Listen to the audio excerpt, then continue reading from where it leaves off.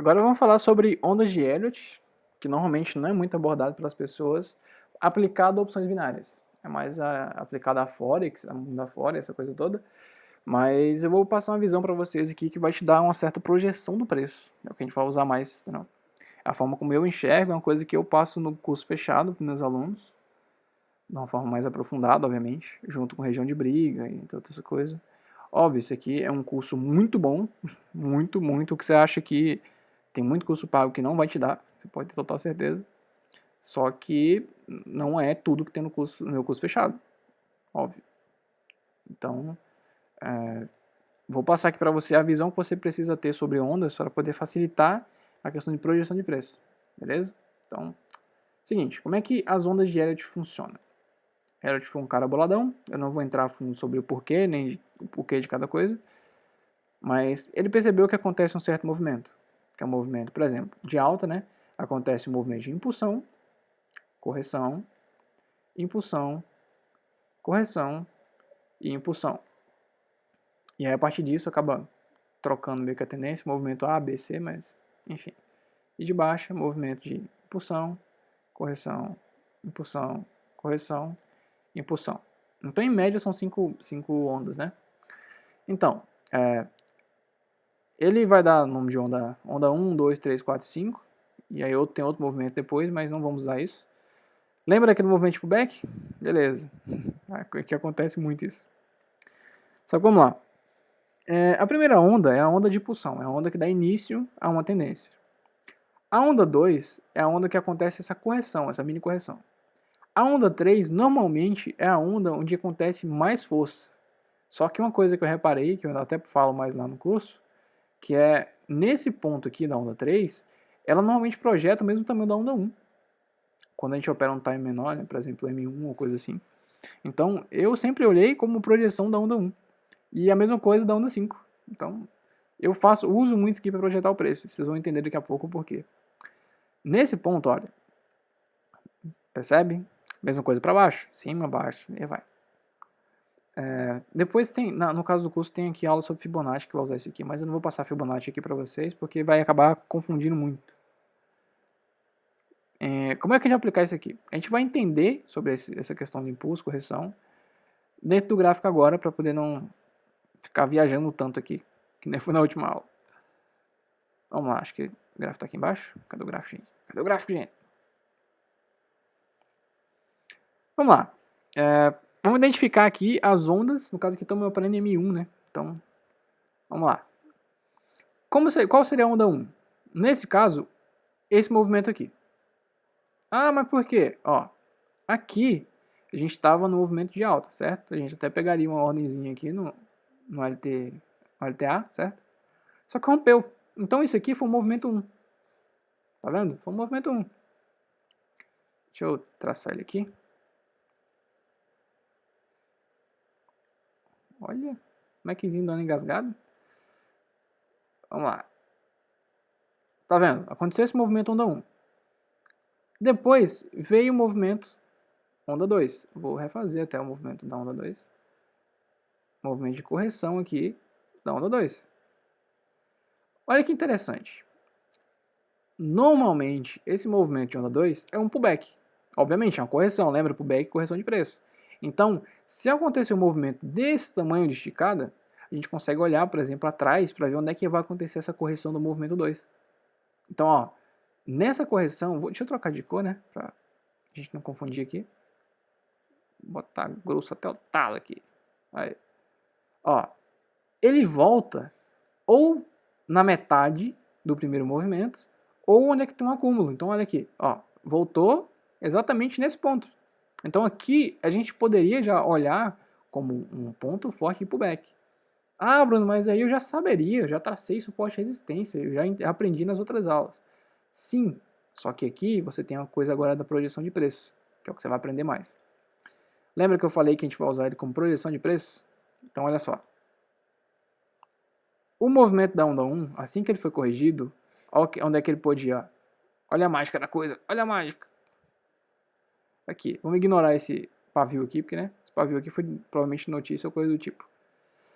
Ó, exatamente o mesmo tamanho da onda 1. Tá vendo? A onda 3 foi o mesmo tamanho da onda 1.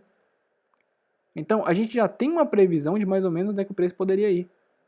Que aí, por coincidência, não era esse topo aqui. Tá vendo? Que a gente normalmente traçaria. Era aqui embaixo. Era nesse topo, nesses topos aqui de trás. Então, a gente já consegue ter uma previsão de mais ou menos onde é que o preço pode ir. E mesma coisa, correção. Pô, se o preço corrigiu aquele tanto, ele pode corrigir, ó, na mesma distância. No caso, esse fundo aqui. Então, ó, a gente pode pensar nessa entrada aqui ou entrar um pouco mais acima. Por causa da correção do preço. Beleza. Olha só o movimento aqui. Ó. Aqui no trading view tem a opção de ondas. Olha só.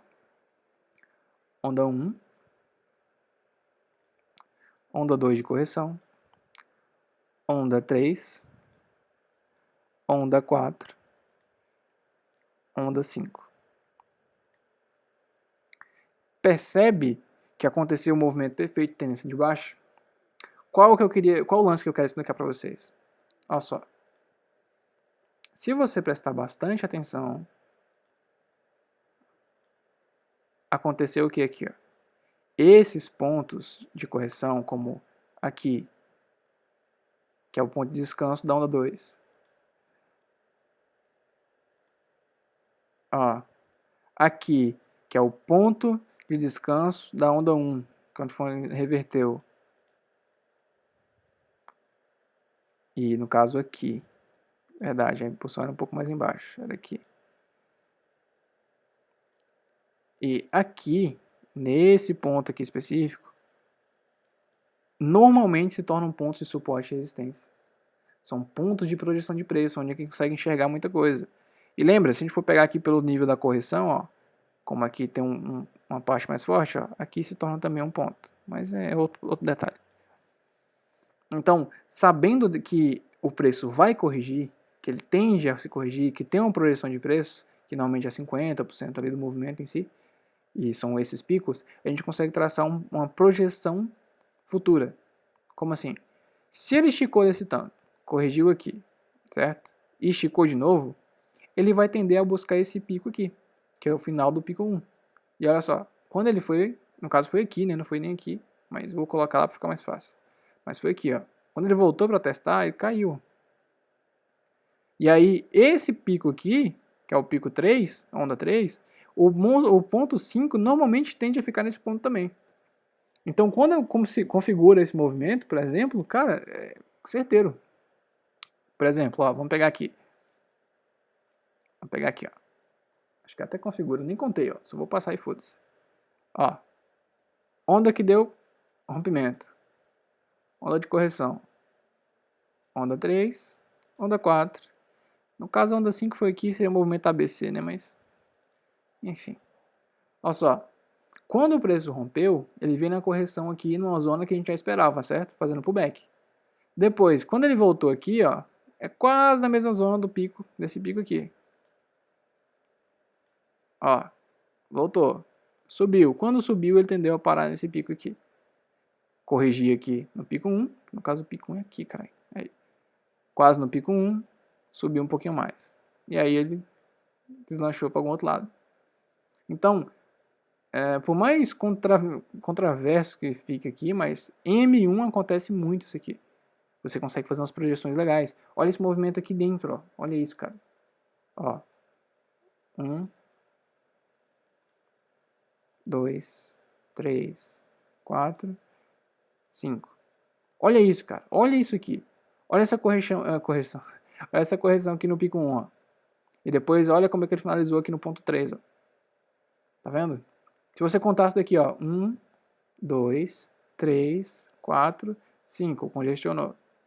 Então, quando você consegue ter essa visão aqui, você acaba aprendendo a entender mais ou menos, né? Uma projeção de preço. Você consegue saber para onde o preço vai. Então, tenta olhar isso dentro do gráfico.